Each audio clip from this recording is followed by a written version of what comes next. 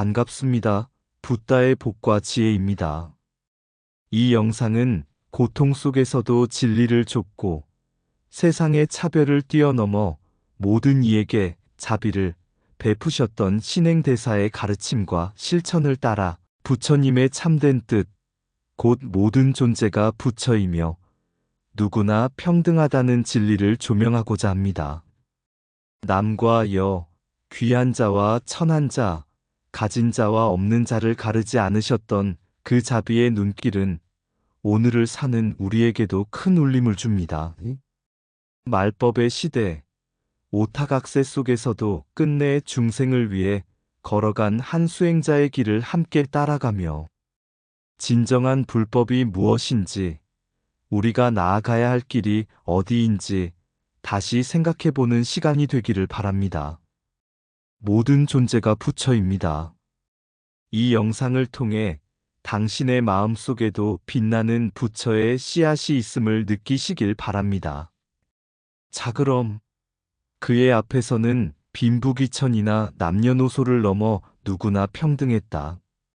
그 여정을 함께 해볼까요? 어느 날 석가모니 부처님께서 제자들과 함께 인도 마을을 지나시던 중 한 초라한 남자가 먼 발치에서 조심스럽게 다가와 큰 절을 올렸다. 그의 이름은 수다타, 신부는 천민이라 불리는 수드라 계급이었다. 사람들은 수다타가 가까이 오는 걸 보자 수군거렸다. 어찌 천한 자가 부처님께 다가서려 하는가? 그 손으로 만든 음식이 어찌 부처님께 올려질 수 있단 말인가? 하지만 부처님께서는 조용히 수다타를 바라보시며 환히 웃으셨다. 그리고 다정하게 말씀하셨다. 사람은 그 태어난 집안이나 계급으로 귀한 것이 아니다. 마음에 자비가 있고 남을 이롭게 하려는 뜻이 있다면 그 사람은 이미 부처에 이르는 길 위에 있는 것이다. 수다타는 감격에 겨워 눈물을 흘렸다. 그가 준비한 조촐한 보리죽을 부처님께 올리자 부처님께서는 누구보다 감사한 얼굴로 그것을 드셨다. 그 모습을 본 제자들은 부끄러워 고개를 숙였고 부처님은 다시금 제자들에게 말씀하셨다. 여러분, 진정한 공양은 마음에서 우러나온 자비의 실천입니다. 빈부귀천, 남녀노소를 떠나 모두가 부처의 씨앗을 지닌 존재입니다.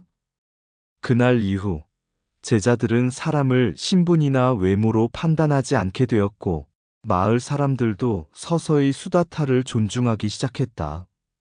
그의 삶은 마을에 큰 빛이 되었고 사람들은 그를 자비로운 사람이라 부르게 되었다. 오타각세의 어둠 속 자비의 등불을 밝히다. 남북조 말기 중국 대륙은 전쟁과 기아, 불신과 타락으로 얼룩진 오타각세의 시대였다. 왕조는 갈라지고 백성들은 피폐해졌으며 불교마저 권력의 도구가 되어 타락하고 있었다. 그 절망의 정점에서 북제의 무제는 전면적인 패불 정책을 실시했다. 수많은 사찰이 파괴되고 불상은 불태워졌으며 수백만 명의 스님들이 억지로 머리를 기르고 속인의 삶으로 쫓겨났다. 불법은 뿌리째 뽑히는 듯 했지만 그 와중에도 꿋꿋이 법의 씨앗을 품은 한 청년 수행자가 있었다. 그가 바로 신행대사였다. 신행은 권력과 재물이 아닌 고통받는 중생이 곧 부처라는 진리를 가슴 깊이 새겼다. 그래서 그는 말한다. 진리는 무너지지 않는다. 비록 황제가 법을 짓밟아도 고통 속에서도 자비를 실천하는 자가 있다면 부처님의 뜻은 살아있는 것이다. 신행대사는 사찰의 편안함을 거부하고 땀 흘려 일하며 굶주린 자에게는 밥을, 병든 자에게는 약을, 소외된 이에게는 부처처럼 예를 갖춰 절하며 공경하였다. 그리고 그는 선언했다. 이 땅의 모든 중생은 세 가지 모습으로 괴로워하고 있다. 시대는 말법이요, 땅은 오염된 예토이며 사람은 바른 견해를 잃었다. 이제 우리는 새로운 실천의 길 삼계교를 열어야 한다. 삼계교는 그런 시대를 치유하려는 깊은 자비의 응답이었다. 신행대사는 부처님의 자비를 실천으로 되살리고자 했고, 그가 만든 이 교단은 남녀노소, 귀천 없이 모두를 부처로 예우하는 평등의 길을 걸었다. 그의 삶은 어두운 시대 속에서 부처님은 어디에 계신가? 라는 질문에 대한 해답이 되었다. 고통받는 자 옆에 서서 함께 짐을 지고 땀 흘리는 그 자가 곧 부처이다. 고통받는 자를 외면하는 순간 불법은 멀어진다. 깨달음은 깊은 산속에 있지 않다. 배고픈 이에게 밥을 지을 때 거기 부처가 계신다. 모든 존재는 부처가 될 씨앗을 품고 태어난다. 말법의 시대일수록 진리는 실천 속에 숨는다. 지혜는 배우는 것이 아니라 자비롭게 살아가는 데서 비롯된다. 부처는 하늘에 있는 이가 아니라 고통 속에서도 사랑을 잃지 않는 사람이다. 빈부귀천은 인간이 만든 경계, 부처님 앞에서는 오직 자비만이 기준이다. 경전을 아는 자보다 한 사람을 살리는 자가 더 불법에 가깝다. 세상이 타락해도 내 손 하나로 한 사람을 살릴 수 있다면 그것이 바로 정법이다. 수행은 머무름이 아니라 움직임이다. 은둔이 아닌 실천에서 길이 열린다. 모든 중생이 부처다. 그러니 누구에게도 절하며 공경하라. 돈은 나를 위한 것이 아니라 중생을 위한 자비의 실천이다. 부처님은 우리가 섬기는 존재가 아니라 우리가 닮아가야 할 실천의 길이다. 세상이 어둡다고 탄식하기보다 작은 자비의 등불 하나를 켜는 사람이 되자. 진정한 출가란 세상을 떠나는 것이 아니라 세상 속에서 고통받는 이를 끌어안는 것이다. 산을 내려와 세상을 품다. 숭운대사의 귀환. 전란과 탄압이 휘몰아치던 어느 시대, 숭운이라는 젊은 스님은 세상에 실망하고 백록산 깊은 산중으로 들어갔다. 그곳에서 그는 세속을 등진 채 12년을 수행했다. 스스로는 청정한 수행자라 믿었고 바깥 세상은 욕망과 혼란으로 가득 찬 오염된 땅이라 여겼다. 그러나 그 평온을 흔드는 한 방문객이 있었다. 그는 나이 들고 병약했지만 눈빛은 살아있었고 한마디로 숭운의 마음을 뒤흔들었다. 돌을 닦았으면 중생을 제도해야 합니다. 산속에 든 정진이 어찌 중생의 눈물을 닦아줄 수 있겠습니까? 그가 바로 신행대사였다.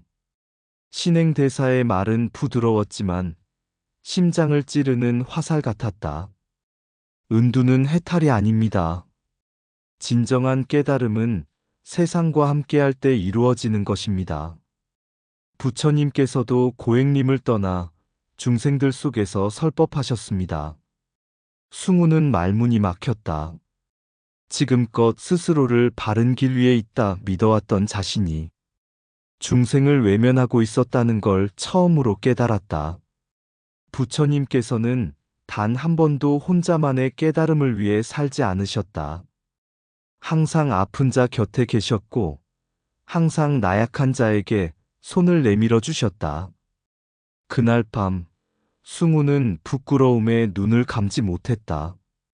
그리고 새벽이 오기 전 그는 12년의 은둔을 접고 산을 내려왔다. 그가 도착한 첫 마을은 상주 땅. 길가에서 병든 노인이 쓰러져 있었고 아이들이 굶주림에 울고 있었다. 숭운 스님은 그 자리에서 옷소매를 걷었다. 자신의 공양미를 나누고 병든 이를 돌봤다. 그는 이제 말하지 않았다. 대신 손으로 부처님의 가르침을 짓고 몸으로 자비를 실천했다. 그 모습은 마치 부처님께서 이 땅에 다시 오신 듯 했다. 수행은 혼자 오르는 산이 아니라 함께 건너는 강입니다. 참된 깨달음은 타인의 고통 속으로 들어가는 용기에서 시작됩니다. 돈은 산에 있지 않고 고통받는 사람의 곁에 있다. 진정한 깨달음은 고요한 선정이 아니라 고통 속에 손 내미는 용기에서 태어난다. 세상을 떠나는 것이 수행이라면 부처님은 왜 세상으로 내려오셨겠는가? 참된 수행자는 말을 줄이고 자비를 더한다. 고요한 산중보다 아픈 이의 곁이 더 성스럽다. 은두는 나를 위한 길, 실천은 중생을 위한 길이다. 깨달음은 생각 속이 아니라 한 그릇의 밥과 한 번의 손길에서 피어난다. 중생이 아프면 나도 아프다. 이 마음이 곧 부처님의 자비이다. 몸을 맑히는 것도 중요하지만 세상을 맑히는 것이 더 중요하다. 산을 떠나는 발걸음이 부처님께 다가가는 첫걸음이다. 도를 안다는 것은 결국 누군가의 괴로움을 덜어주는 것이다. 자비는 이론이 아니라 땀과 눈물로 쓰는 경전이다. 부처님은 하늘에서 내려온 것이 아니라 고통 속으로 들어가셨다. 은둔 속에서 피는 깨달음은 반쪽이다. 세상 속에서 피는 자비가 진정한 해탈이다. 참된 스님은 구름 위에 있지 않고 흘길을 함께 걷는 사람이다. 모두가 부처, 모두가 존귀하다. 신행대사의 마음. 신행대사는 말한다. 세상의 모든 중생은 부처가 될 씨앗을 품고 있다. 그러니 누구에게도 예를 다하라. 그대가 절하는 대상은 바로 미래의 부처이기 때문이다. 이 사상이 곧 보불보법의 정신이었다. 신분이 높든 낮든 부자든 가난한 이든 노인이든 아이든 누구에게나 절을 올리고 공경을 다하며 그들을 부처로 여기는 마음. 그는 직접 쟁기를 잡고 지늘개 손을 담갔으며 병든 이를 씻기고 굶주린 이에게 밥을 퍼주었다. 자신은 걸식을 하며 하루 한 끼만 먹었지만 자비만큼은 누구보다 넉넉했다. 그의 모습은 말 없는 가르침이었고 사람들은 그 앞에서는 빈부귀천이 없다고 했다. 신행대사는 삼계교를 열어 말법의 시대, 더럽혀진 예토, 바른 견해를 잃은 중생을 다시 존귀한 존재로 일으켜 세우는 불교운동을 펼쳤다. 그러나 세상은 그의 사상에 오래 박수를 보내지 않았다. 측천무후 이후 권력자들은 다시 기득권을 지키기 위해 삼계교를 이단시하고 탄압했다. 그리고 1200년 동안 그의 이름은 역사 속에서 사라졌다. 하지만 부처님의 진리는 물처럼 땅속을 흐른다. 20세기 초 막고굴에서 발견된 삼계교 문헌은 신행대사의 사상이 모래 속에서 다시 피어오르게 했다. 신행대사는 말한 적 있다. 사람들이 나를 기억하지 않아도 좋다. 다만 내가 행한 자비와 절, 그리고 노동이 누군가의 삶을 살릴 수 있다면 그것이면 충분하다. 이 말은 오늘날에도 여전히 유효하다. 모든 것이 분열되고 혐오와 차별이 만연한 지금 이 시대, 신행대사의 가르침은 우리에게 이렇게 묻는다. 당신은 오늘 누구에게 절을 했습니까? 그리고 누구를 부처로 보았습니까? 그 물음에 우리 모두가 고개 숙일 수 있다면 세상은 더 이상 어둠이 아니다. 이 이야기는 다음을 중심으로 전개됩니다. 신행대사의 실천중심 보살행 보불보법, 모두를 부처로 보는 불평등 타파 사상, 역사 속 침묵 이후 현대사회에 던지는 울림 있는 질문.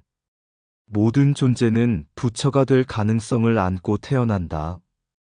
그러니 누구에게나 절하라. 높고 낮음을 가르는 마음이야말로 깨달음의 장애물이다. 돈은 말이 아니라 땀과 절과 보시로 전해진다. 한 그릇의 밥이 경전보다 값지다. 굶주린 자에게는 그것이 바로 불법이다. 차별을 넘어선 자리, 거기서 부처님의 미소가 피어난다. 당신이 무심코 지나친 그 사람, 그가 바로 미래의 부처다.